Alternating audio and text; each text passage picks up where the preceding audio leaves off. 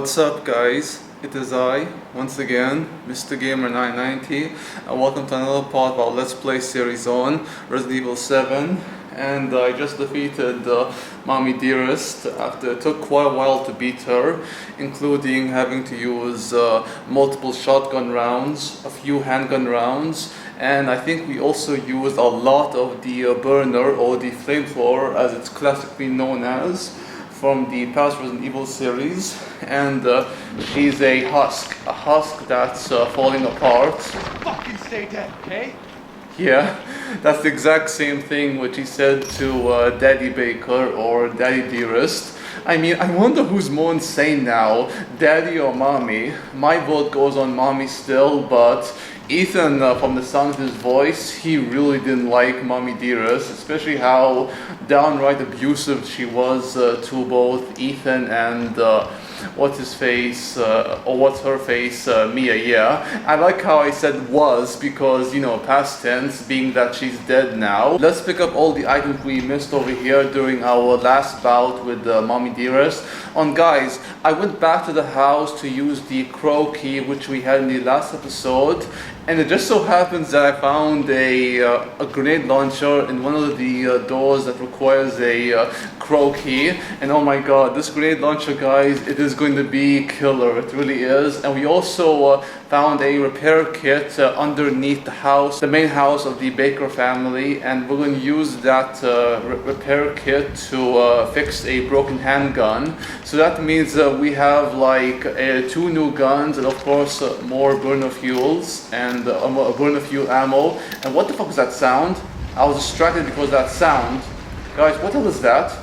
Guys, was that Mommy? No, it can't be. I mean, I know that Daddy will come back, as will Mommy, but Mommy just, you know, she fell apart after her body turned into like dust or ash, or basically she was a husk and then she was destroyed. I mean, what the hell?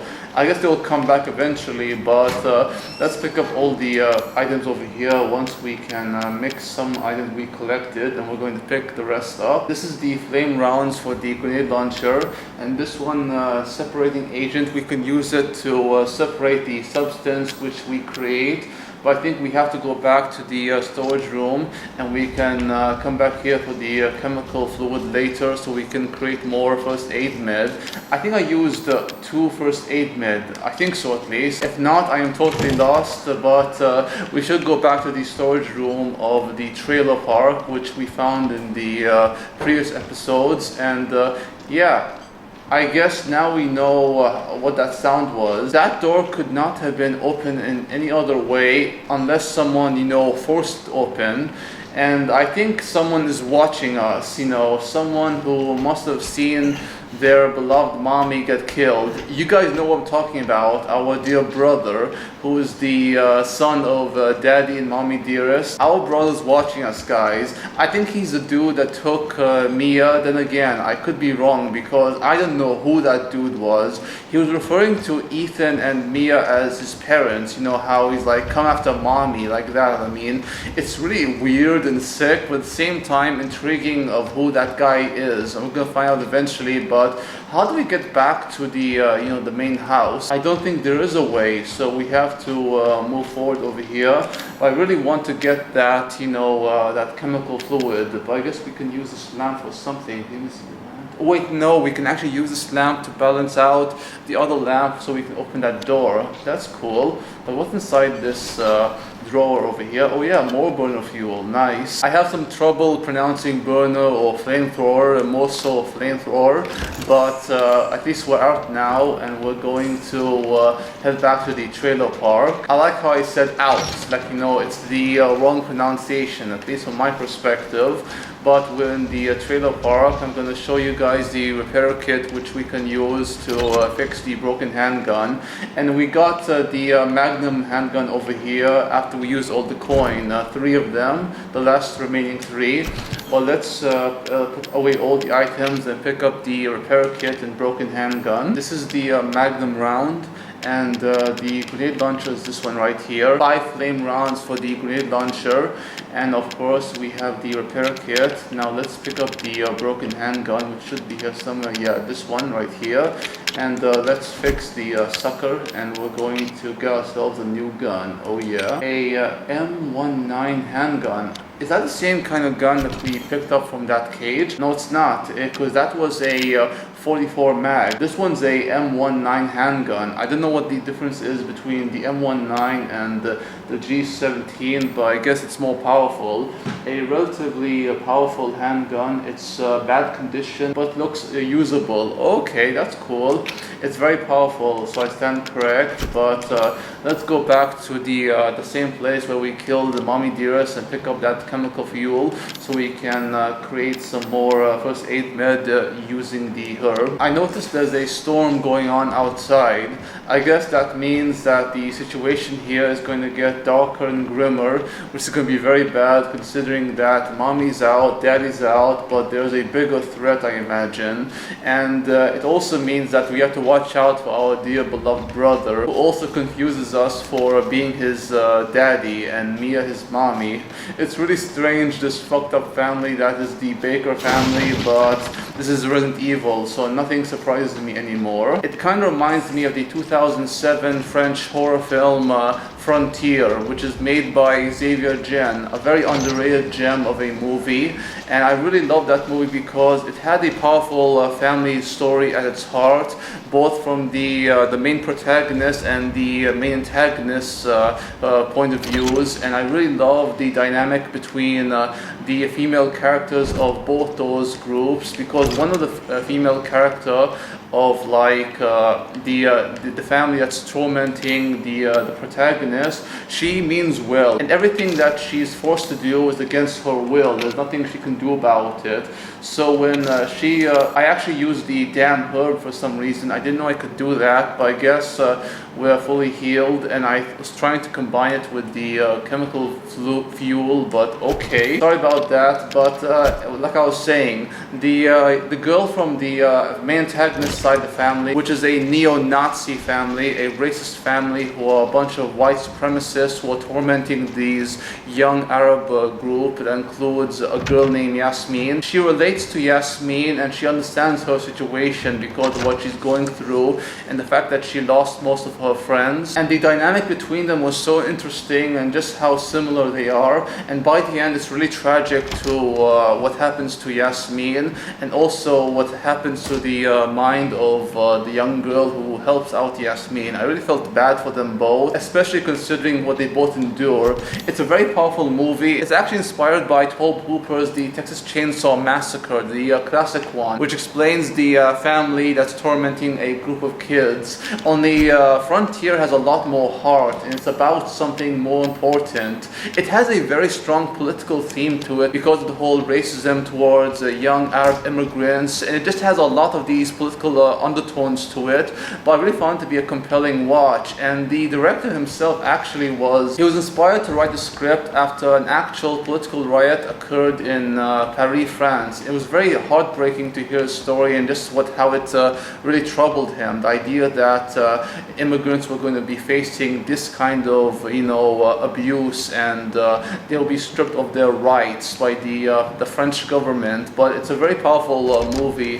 That's Frontier. But I think we should go now to that place where Mommy Dearest attacked us the first time, so we can add the lantern. I'm sorry I talked so much about Frontier, but it's a really amazing movie. That's why every time I see the Baker family, it instantly reminds me of the neo-Nazi family in Frontier and the psychotic redneck family in the Texas Chainsaw Massacre. I really love movies. I love horror movies especially. So whenever I have the chance to talk about them with you guys, or my love for porn, which I also discussed in this series, it's something I really do take pleasure in, sharing my passion, my interest with you all. It's one of those things about making videos for you guys that I really do take passion in, and it's not something I do because the whole money or views or sub bullshit. No, it's not. It's you guys and gals, honestly, because a lot of people will tell you that, but really they don't mean it. And what the hell was that? Piano. Okay. So someone was here, and that kind of scares me, but it's my opinion, but I haven't found anyone that treats their viewers with love and respect the way I do. And trust me guys, I met a lot of assholes online. One more recent who I sent a message to, and she's a very disrespectful bitch, but we opened this door using the other lamp, and that bitch, I told her that she better show some respect the way I showed her. But anyways, fuck her, and in we are in this room, whatever the hell this room is. It's some kind of children's room or some kind of place they took care of the kids. How many kids the Baker family had? And there's a note apparently over here. I guess we need to go and find out what's inside this place. Yeah, it's a ball that just flew over here or was thrown by someone. Is there a child? And by the looks of this drawing, there is a child. My family, my family, my family. Is that Mia? I hope not, because they would fuck up so much. Wait, there's some kind of name from behind. Let's see what that name is. Evelyn or Eveline, however you pronounce it, but who the hell is Evelyn? I have no clue. Is this little girl Evelyn? I hope not. I really don't want to see any child go through the horror that is the Baker family. And this is another interesting drawing over here by Evelyn. And where is Evelyn? Is she an adult or is she still a child? I'm pretty certain that she's an adult, because knowing how far this game takes its taboo subject matter, it's gonna go all the way. And I'm guaranteeing you guys and gals that she is an adult. Oh yeah. But where is sweet little Evelyn? Let's find her. Whoa, whoa, whoa, whoa, what the fuck? Wow. So many teddy bears and all these goo. Is Evelyn one of those leech mongers? I hope not, guys. I mean, I really don't know who she is. That's why I keep saying I hope not. But I really don't want to see any child go through the horror of this place. Something's wrong with her. Yeah, they're talking about Evelyn. And yeah, that door just closed by itself. And I stumbled on my dialogue, that's why I had to cut the whole damn thing. But whoever's behind this door, it's likely Evelyn. And inside we go. And Evelyn, honey, are you here? Whoa, whoa, guys, light's gone. Evelyn? Stay away. Evelyn? Evelyn? Stay away where? Guys, I don't think she wants us to intrude and go into her domain, because that's very bad. Honestly, I want to respect a girl's privacy, but we have no choice but to proceed onwards. So I'm sorry, Evelyn, I really am. And in we are in her room. We just invaded her privacy and we found a dollhouse. Wow, what's inside? Is that some kind of letter or note? Let's examine. I think it's a note, but what did it say? Wait, guys, is that some kind of switch? Like, you know, plug or something? Yeah, I think it is.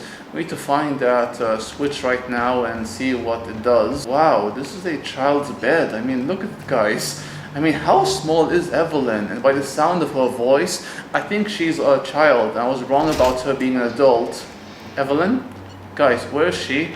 I'm really scared, not just because we invade her privacy and she takes offense to that. I don't blame her, but she's going to be very vicious. How vicious, I don't know, but after seeing mommy and daddy, she's going to be extra vicious. Oh yeah, and I think she's around here somewhere, and she sure loves her toys. She does. Well, guys, I thought I saw a shadow over here. No, that was some kind of butterfly thing. I don't know why I was so scared of that, but oh well. If we can't find that switch or whatever that thing is in the picture that she drew, I'm going to have to end the episode. I don't think we can find that switch over here, so I might likely end the episode. And yeah, we're going to end the episode right here. Thank you guys for watching. Hope you enjoyed the video. If you did, please like, comment, subscribe if you wish, and do check out Xavier Gens' 2007 horror drama Frontier. It's a really amazing film and one I guarantee you will all love. But until next time, peace out, take care, adios amigos, au revoir, and sayonara.